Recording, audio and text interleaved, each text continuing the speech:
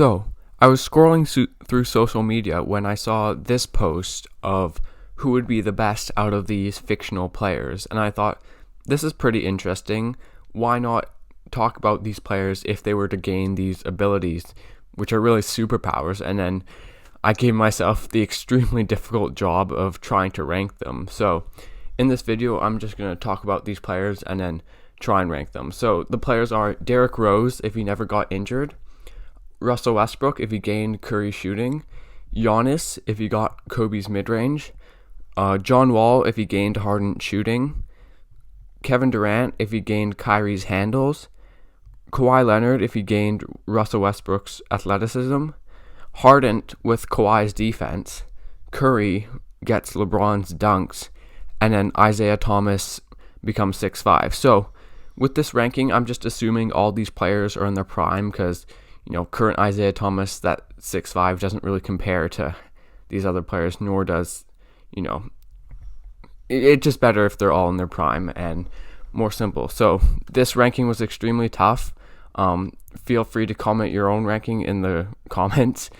And it was very close, especially, 7, 8 through 3. I was pretty confident in number 9 and number 2 and number 1s. But with that being said, let's rank all these players from worst to best. So number 9, the worst, while all these players are great, so it's not too much slander.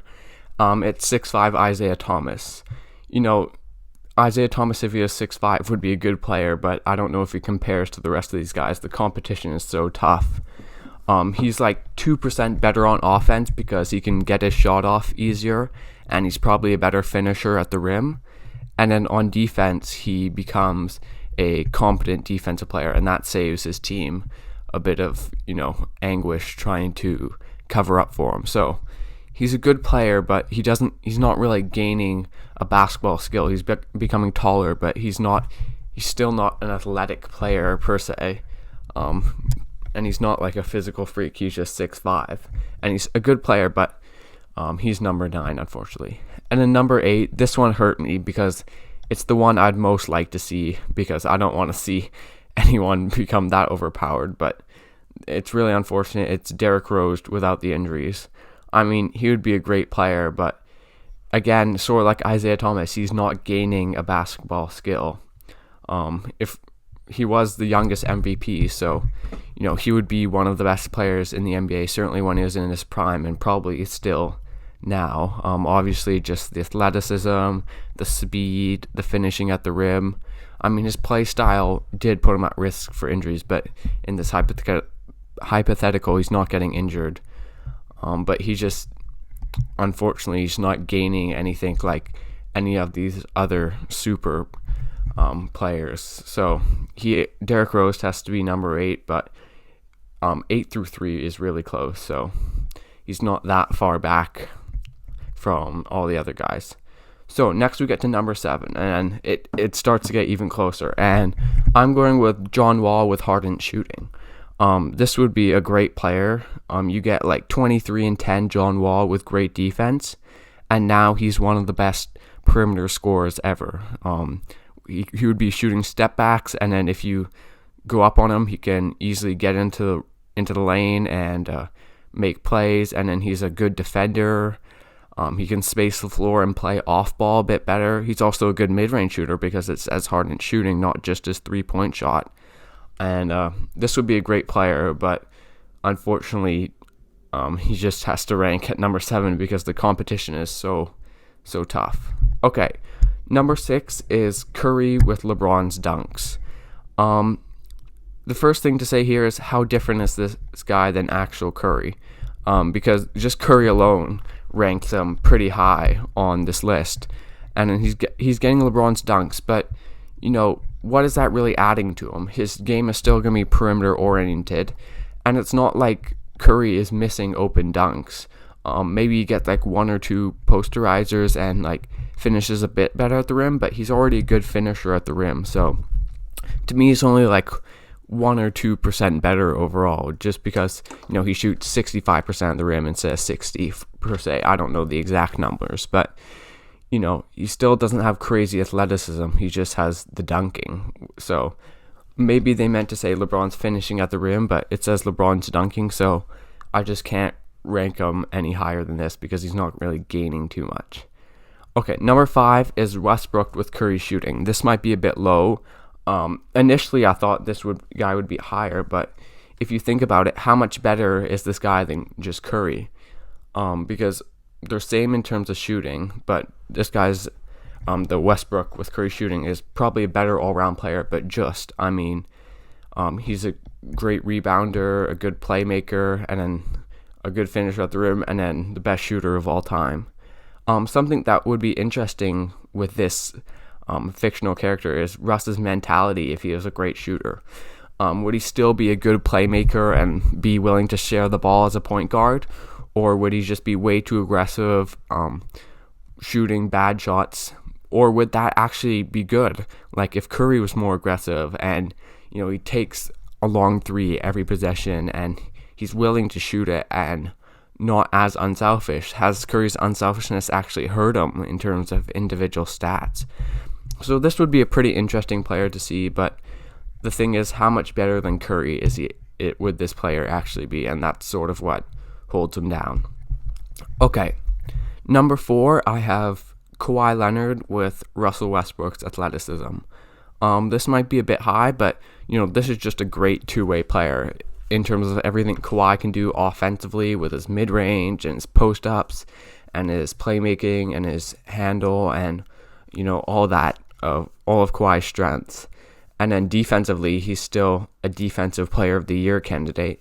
And then where does Westbrook's athleticism kick in? So to me, it's the speed and the jumping. So he's a better finisher at the rim because he can elevate higher and get some poster dunks, and he's just even better at the rim. And then his speed, he's a better transition player. To me, that's what that means. He can go from defense to offense and just be one of the best transition players with his finishing at the rim and his newfound jumping.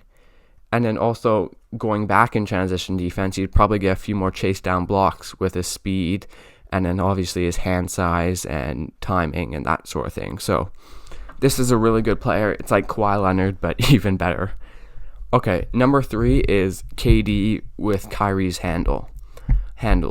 So to me, this is sort of like the Curry one. Is like, how much better is he? But he's still KD. KD is almost like a creative player. He's like a 6'3" guard, except he's 7 foot tall. Like he already has one of these advantages, but now he's getting some of the best handles, if not the best handles of all time, and he's just harder to guard. I mean, a guy who's already has a good handle, but it's even better. He can shoot over you.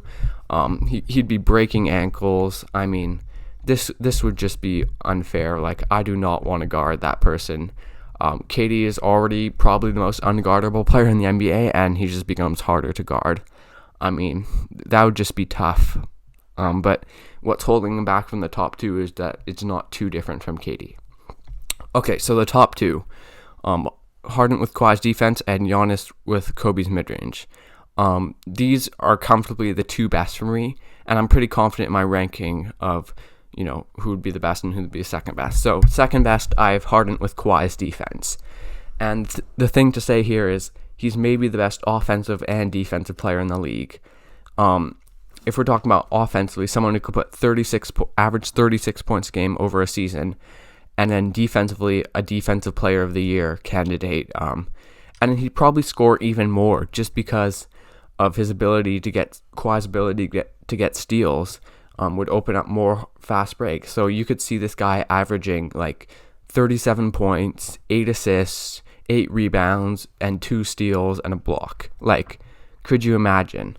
Harden's already unstoppable offensively. He becomes a defensive player of the year candidate. I think, he's definitely gaining something and, improving on a weakness of his. So that's why he's number 2. Okay, number 1. This was pretty comfortable for me. Giannis with Kobe's mid-range. I mean, this would just be unstoppable and unfair. The first thing to think of is that Giannis is already a defensive player of the year, and then he just becomes unstoppable offensively. If we talk about his off-ball ability, he could be coming off screens and shooting the mid-range. I'm interpreting mid-range as any shot that's not in the paint or behind the three-point line. So, his spotting up, he could still provide some spacing, just like a foot inside the line. And then the thing that's really scary to me, obviously, he's already a great defensive player. He's already a great finisher at the rim. He's already a great transition player, is the fadeaways.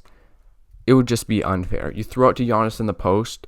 Kobe, one of the best guard post-up players of all time, and now it's like he's set like 6 inches taller. Like, how are you gonna block that fadeaway? You throw it to Giannis in the post. Okay, the defender's like, let me sag off a little bit because I don't want to get burnt to the rim. Oh, jump shot, fadeaway, easy 2 points. And then, okay, well, this guy has a great fadeaway. It's time to play up on him. Oh, spin move, easy dunk. He's 7 foot tall and so athletic. I mean, this would just be unfair. And I think he's definitely the number one player in my rankings. So to summarize my rankings, number 9, 6'5", Isaiah Thomas. Number 8, Derrick Rose, never injured. Number 7, Wall with Harden shooting. Number 6, Curry with LeBron's dunks.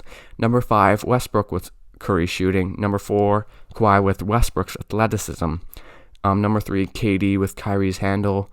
Number 2, Harden with Kawhi's defense. And number 1, Giannis with Kobe's mid-range. That's the end of this video, guys. Thanks for watching. Comment your rankings down below. Like and subscribe if you enjoyed. And I'll see you guys next time.